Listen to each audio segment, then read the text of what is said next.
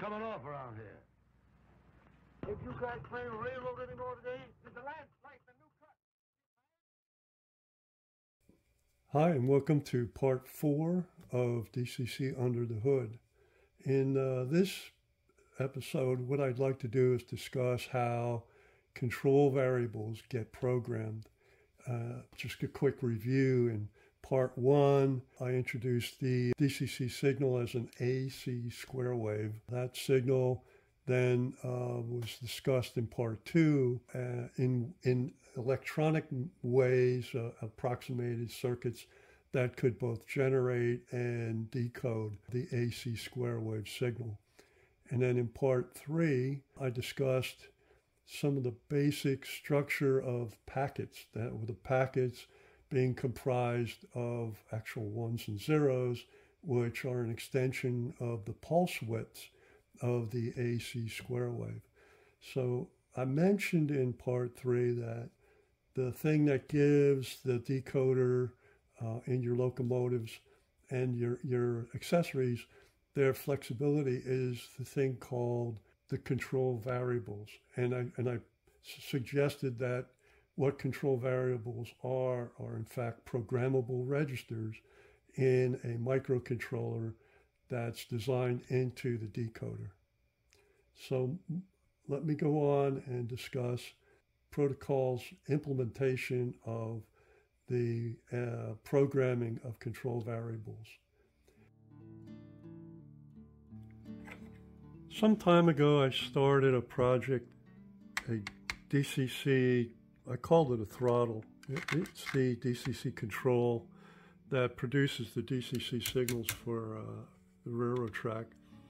And the project was kind of put on hold. I haven't really worked on it for a little while, but during the time that I actually worked on it was mostly out of curiosity. I just really was interested in delving down into the subject of the DCC signal and seeing if it was possible to recreate one that was functional.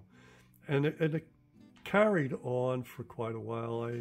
I think I might have spent, I don't know, over the course of 4 years, just, casually working on it from time to time.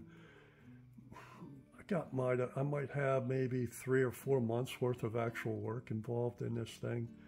I kind of flit from stuff to stuff, but the reason why I'm pointing it out, it was part of the model railroading interest. It's kind of the stuff part of model railroading, but nevertheless, I did learn a lot, and I wanted to talk a little bit about this particular project and maybe demonstrate a little bit of it. What I'm trying to convey, in fact, overall, there's a unique manner in which DCC implements the control variable programming, how it evolved, and what actually goes into creating a proper programming signal. So what I've done for this particular project was I bought an Arduino Mega, okay, so that's what that is, and an Arduino motor shield, which just is about the typical thing most people do when they want to have, well, using the available DCC program called DCC++ that was created. That you can find very easily on the internet. Just type in DCC++ using 2+ characters, and you're going to find lots of information on that. So I took that as a starting point, but what I really wanted to do was write the actual code for this Arduino and not copy anybody's work, but just simply try to generate from the specifications the actual DCC program and operating code.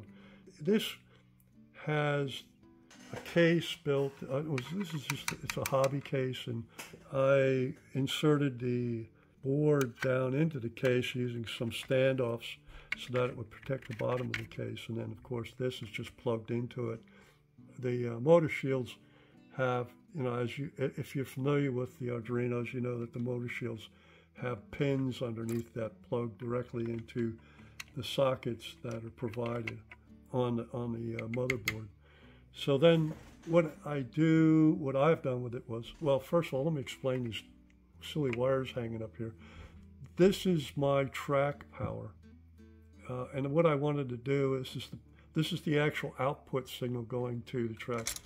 And what I wanted to do with this is measure the amount of current that any particular locomotive might draw, so that I could gain some insights into what it would take to convert a DC locomotive over to a DCC locomotive. So choosing the right decoder requires a couple of things. One is size. You have to choose one that fits in your locomotive.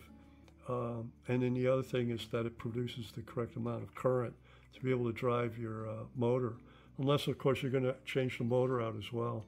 But this gets its power here from the USB, but it also gets its communication from the PC via the USB. So that's a dual purpose thing. But the power that we're adding in via the USB is just to power up the Arduino board and the motor shield circuitry, but not the track current. The track current actually comes from, let's see if we can show you here.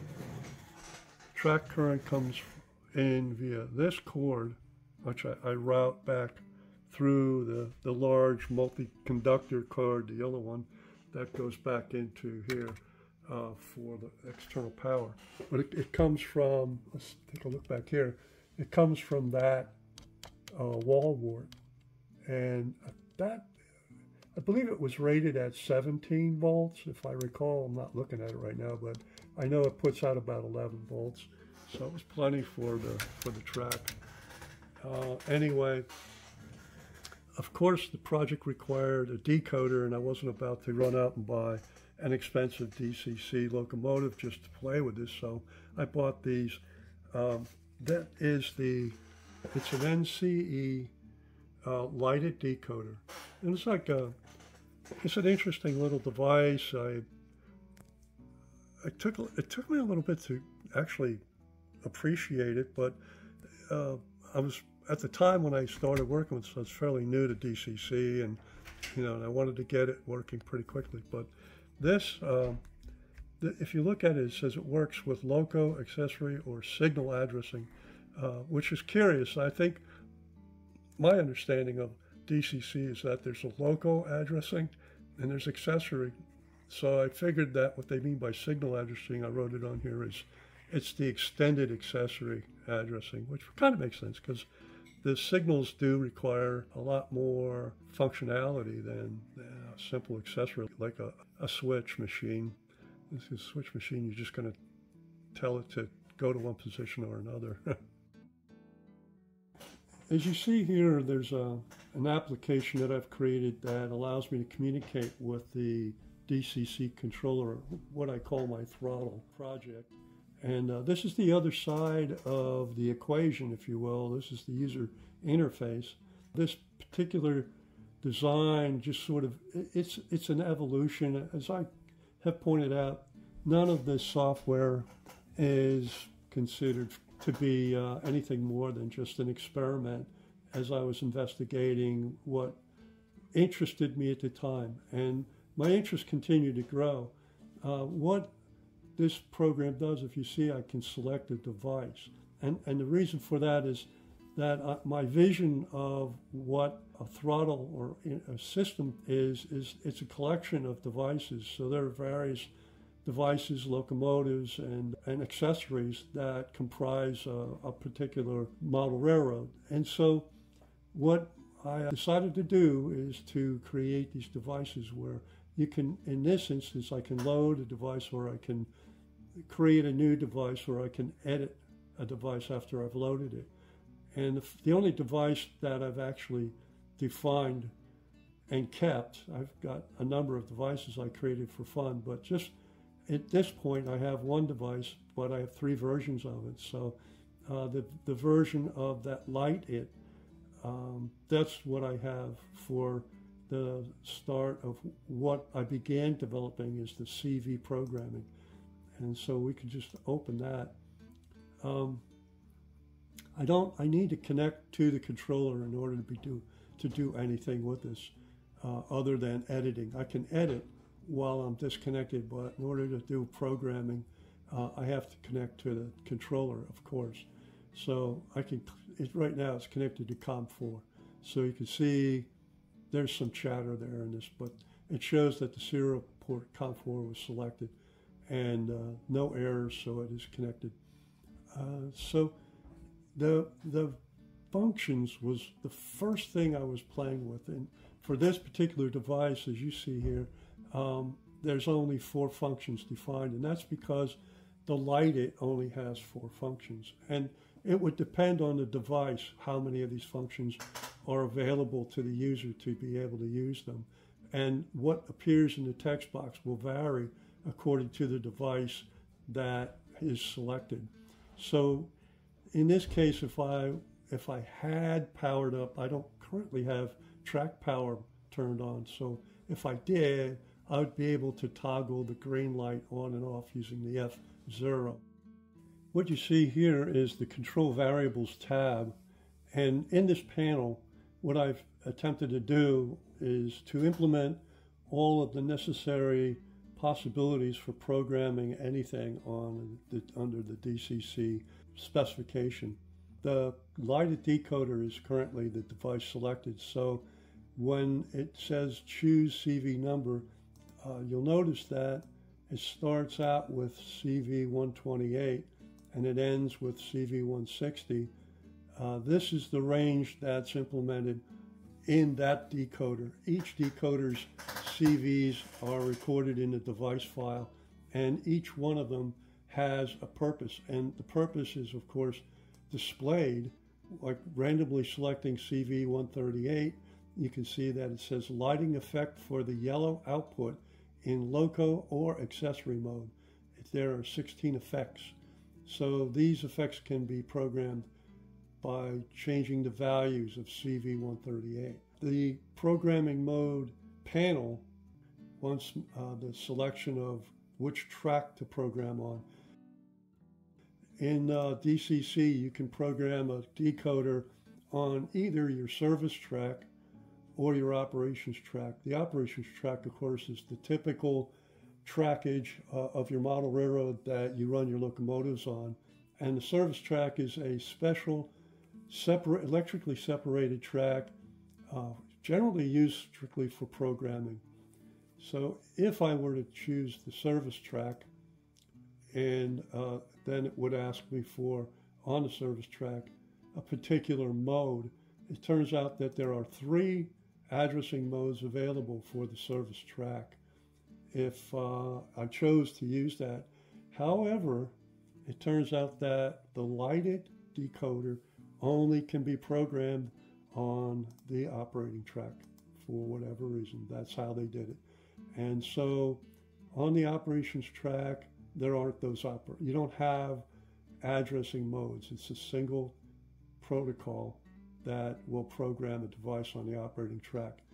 There was a caution about the programming modes that you find quite frequently in the literature and on YouTube's, is that you must be careful about when you program any device for programming on the service track or online, is that on the operating track, is that if there is any other devices attached to that trackage that would pick up the DCC signal, what the DCC signal's first thing is it's going to do is it's going to reset. It's going to issue reset commands, and the reset commands put the decoders into what's called programming mode for the decoders. So that would not be a desired effect if you had multiple devices sitting on the track listening to the DCC packets. So you have to segment where you program a device, and it has to be the only device on that track, which is typically why a service track is used, is to protect your other devices from inadvertently becoming programmed. The next thing that would be done here is I would select a value to be programmed into the register CV138. And at that point, currently it's showing that the default and the assigned value is 1. So the 1 is appearing here. But you can change that, and then you can select Program the CV. What I'd like to do now is to show you the actual specifications surrounding this panel that I used in order to create it. What I'm showing here is the NMRA Standards and Recommended Practices website. And if you wish to reference the standards information that NMRA has, it's at the location I'm showing right here. There are many documents from the NMRA that outline all of the standard approaches to DCC, as well as many other aspects of model railroading. The one segment that I was interested in was these documents starting with 9.1 through 9.3.2. And these are the collection of documents that I used to create my throttle. So the one document that is most important to the discussion at hand is the document 9.2.3, which is DCC service mode programming. This document describes that there are 4 addressing modes for the control variables. The addressing modes vary as a consequence of history. They sort of evolved, but they are different, and the 4 of them are shown here. And in addition, the documentation describes kind of a process to be able to get each one of these modes started in a decoder, in other words, to initiate the programming mode. It's sort of a sequence of things that I'll show here. The only reason for showing you these, it's just to give you an idea that each one of these CV addressing modes has a complicated, well, somewhat complicated sequence of events that must occur in order for the actual addressing to be successful. And each one of those starts out with a means to put the decoder into programming mode. As I mentioned earlier, the evolution of these different CV addressing modes was really a matter of history. For instance, starting with the register mode, the register addressing of the decoder was the original method available when decoders were first introduced, and those early decoders offered only 8 registers. This particular mode is also referred to as the physical register mode. The page mode was created then to extend the number of decoder registers from the 8 of the original register mode. The decoder uses page mode when the controller has set the value of the page register. Now, the page register is one of the 8 original registers that's been assigned to become a paging value, and that page value gives the decoder the opportunity to access subsequent registers in a page manner. And each page that's accessed, once a value is written into the page register, to index them is 4 of the registers, starting with register 0 through 3. So the whole memory of control variables is mapped in as groups of 4.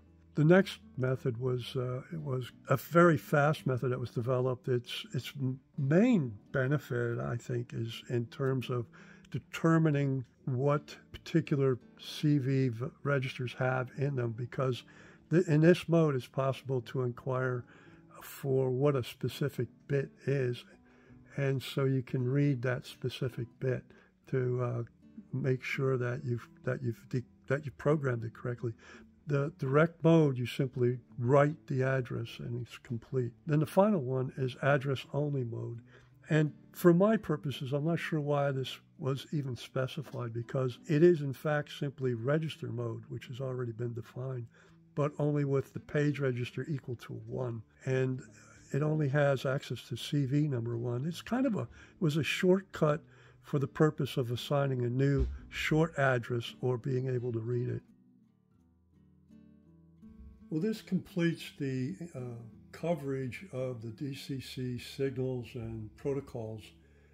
And I have to add that in conclusion, I've really basically just touched the surface. There's an enormous amount of information available regarding DCC, more than that I could possibly cover. You can still find all of that information. It's located on the NMRA website that I've pointed out previously in this presentation. And I would recommend, if this interests you at all, to go ahead and browse through what kinds of information that the NMRA has posted on their website. All of it is relevant to today's model railroading, especially the DCC concept, which has, I think, really tremendously innovated and advanced the hobby. And as I had said earlier, it was very interesting to me to understand what this protocol and how these signals all came together and produced this train control system that's so highly complex. If any of this presentation has been interesting to you, please leave a like. And if you're interested in electronics or all kinds of other things that I call stuff, please subscribe. And anyone that may have any questions regarding this material, please leave comments and ask questions. Or if you found something that you would like to refute, be my guest. Leave a comment and let me know where I may have made a mistake. I appreciate your inputs, and I look forward to hearing from people.